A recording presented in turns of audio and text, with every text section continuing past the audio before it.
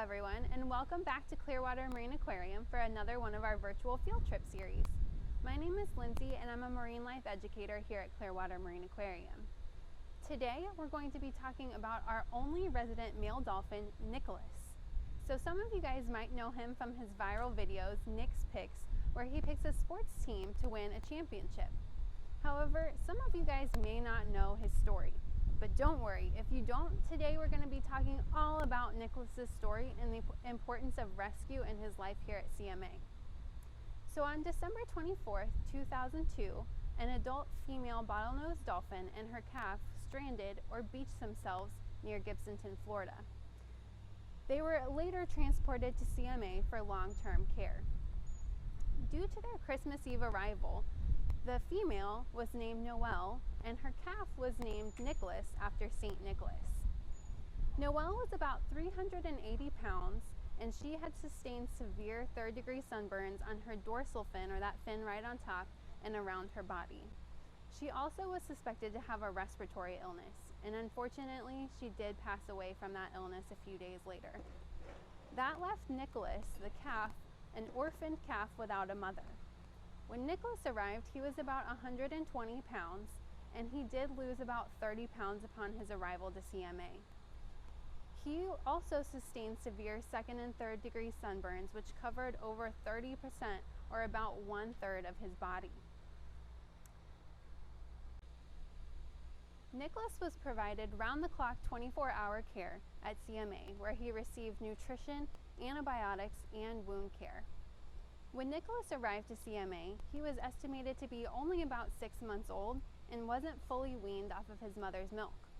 So the animal care team here at CMA had to come up with a formula for him to eat until he was fully weaned off of that formula onto eating whole fish all by himself. With continued medical care around the clock, his wounds began to heal within the next 9 months, and by 9 months later, he was fully healed. During this time, the animal care staff were working with him on husbandry behaviors or medical behaviors. So Nicholas learned how to do a full body layout. He learned how to present for blood work and for stretcher training as well. These behaviors would help our staff better be able to take care of Nicholas and get him healthy again. Nicholas did not make for a suitable candidate for release due to his dependent status when he arrived at CMA. So since he was only about 6 months old, he never learned how to hunt from his mom. Atlantic bottlenose dolphins typically stay with their mothers for several years while they learn vital skills for surviving in the wild. This could include learning how to breathe properly, how to swim properly, how to socialize, and even how to hunt. Hunting is not actually a natural instinct for dolphins, so since Nicholas didn't learn how to hunt from his mother, he wouldn't have been able to survive by hunting in the wild. So that's why he came here today. And today, Nicholas is very energetic and enthusiastic. He loves learning new things and he gets so excited when he gets the answer right. You'll often see him doing flips or other behaviors to show how excited he is. So let's go take a look at one of his training sessions now and learn even more about him. Hi guys, my name is Heather. I'm one of the animal care specialists, and today you're joining us out here at Dolphin Terrace. And we are in the middle of one of our training sessions with Nicholas, and you'll see our other animal care specialist, Kaylee. Now throughout our training session, you're going to see a lot of really cool things. The most important thing is you're going to see how Nicholas learns. So for Nicholas, one of his favorite things is learning new behaviors.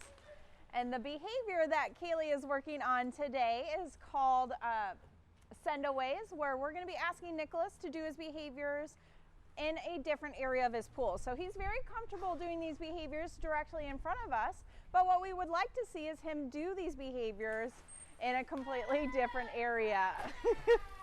So you're gonna see he's gonna get really excited. That's our indicator that he's having so much fun and that he's really enjoying his learning experience today. So what you're gonna see is Kaylee is gonna ask for a behavior in front of her and then send him across the pool, and he should do that behavior across from Kaylee. So there's the hand signal. He's already cheating. He knows what he's gonna do. They're a little bit like us.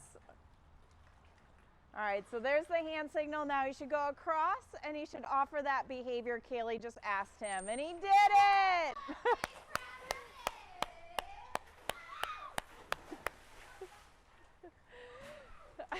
So that little flip that he did there on the end is super cute. We did not ask him for that behavior. So oftentimes when he's super engaged in his learning or sometimes engaged with us, we'll see him offer those really fun flips or jumps. Or you can see right now he's doing his little what we call upside down man. And that's our indicator to us that he's really enjoying his training session and his time with us. Now outside of training, we of course will do a lot of other types of sessions such as play and relationship building. So throughout our session today, you'll see a lot of that relationship building with Kaylee. He did a great job on that one. He's probably going to get really excited again.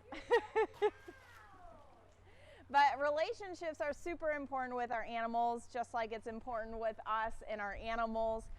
We want to make sure that our animals are connecting with us and that we're able to connect with them. So a lot of our time is honestly spent just hanging out with them and building those really strong relationships with them. In fact, with our dolphins, we'll spend anywhere between 6 to 8 hours every single day to hang out with them and really build these strong relationships with them.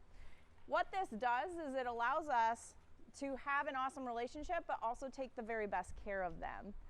So the most important part of our job is making sure that they continue to stay healthy and thrive under our care.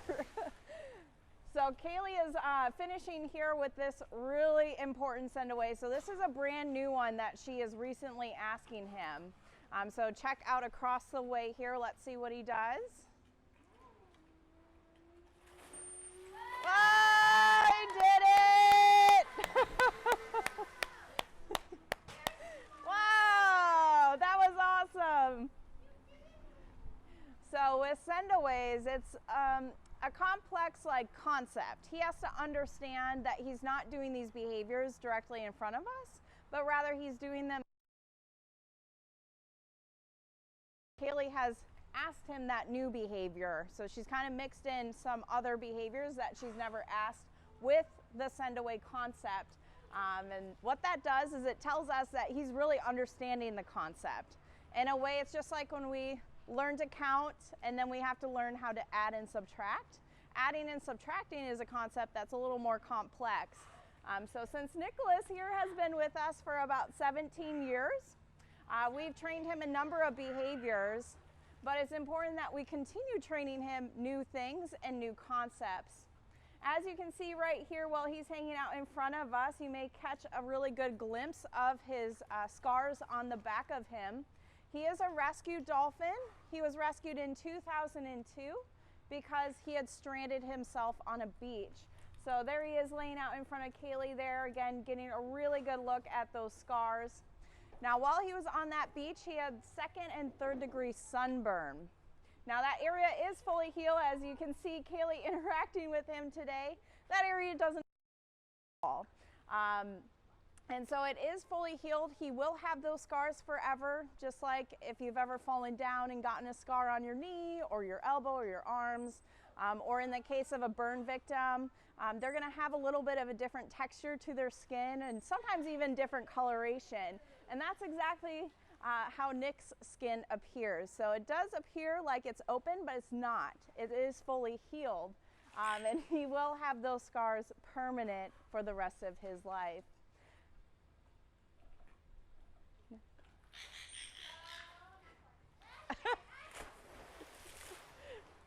Now in our training sessions, it's really great when they're hanging out with us. If they're doing everything that we're asking, we're going to offer them lots of things that they enjoy. And as you can see, that's love from Kaylee, those nice back rubs, belly rubs. She even sometimes gives him a smooch or two. We can even give him really fun toys. We got some toys in the other side of the pool today. And of course we have fish. So if he's participating, we're going to offer him all those things that he really enjoys. Now a lot of times we get questions from you guys, well, what if he doesn't get the behavior correct, then what happens? Well, here at our facility, we do focus on positive. So if he does get something incorrect, what we do is we simply ignore it. We give a 2 to 3 second neutral response, and then we will move on to something completely new. And that way we can make sure our session continues to stay positive. Now we do want to thank you guys for tuning in today and hanging out with us here at Dolphin Terrace. Nicholas has a very special way of saying goodbye to you guys. And we are very excited to have you guys come visit us once we reopen. Have a wonderful day from all of us at Clearwater Marine Aquarium, everyone. Thank you, Heather and Kaylee, for that awesome training session with Nicholas. So as you can see, he is really energetic and he loves doing a good job and getting things right. Now you may have noticed that Heather was mentioning a little bit about Nicholas's sunburns. So dolphins can get sunburned, and if you guys noticed in that training session, you may have seen some white scar tissue on Nicholas's back. So if you've ever been to Clearwater Marine Aquarium, or if you've seen on our webcams, if you see that white scar tissue, that's just scar tissue left over from his initial sunburn. Again, he is completely healed, so it's nothing to worry about, but dolphins do have very sensitive skin. Dolphins spend most of their lives underwater, so we don't have to worry about them getting sunburnt very often. But because their skin is so sensitive, if they beach themselves, that means they're above water or in very shallow water where the sun's rays can get to them. You may even notice here in Nicholas's habitat, it is shaded and covered, so it helps protect him from the sunshine. So since Nicholas did receive his sunburns when he was stranded and above the water, let's talk a little bit more about what happens when dolphins strand. So sometimes dolphins can either strand because they feel sick maybe, or because they're following another dolphin. In Nicholas's case, he was so young that he most likely just followed his mother, Noelle, who had also stranded and beached herself. In Noelle's case, she did have a respiratory infection, so that could have been why she stranded in the first place as well. Now you're going to learn a little bit more about rescue in the next episode, but I want to spend a little bit of time talking about the importance of rescue on Nicholas and his story. As we talked about before, Nicholas did sustain severe second and third degree sunburns all over about 1/3 of his body. Luckily though, there was a rescue team that did intervene because he and his mother had already been stranded out there for several hours. So if they hadn't have intervened, it could have been a much worse situation. Now that you know a little bit about his rescue and rehab, let's see a little bit more about how his rehab progressed while at CMA. So he actually went through months of rehabilitation to heal from those injuries.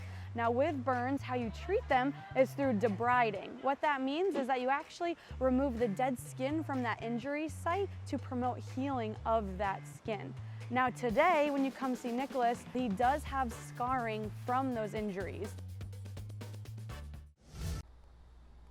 Now that you have learned about Nicholas's story and his rehabilitation at CMA, I hope you can see the importance of rescuing and rehabilitation of marine life at facilities like ours. So I hope you guys have enjoyed learning all about Nicholas's story and his progression while at CMA. And now I want to talk a little bit about your take-home activity today. So today we learned that during Nicholas's rehabilitation process at CMA, it was really important for him to learn husbandry behaviors during training. So our activity below is going to be all about learning how to play the training game at your own house. So check out that link below and learn how to play. Thank you guys so much for tuning in, and we'll see you on our next virtual field trip. Bye everyone.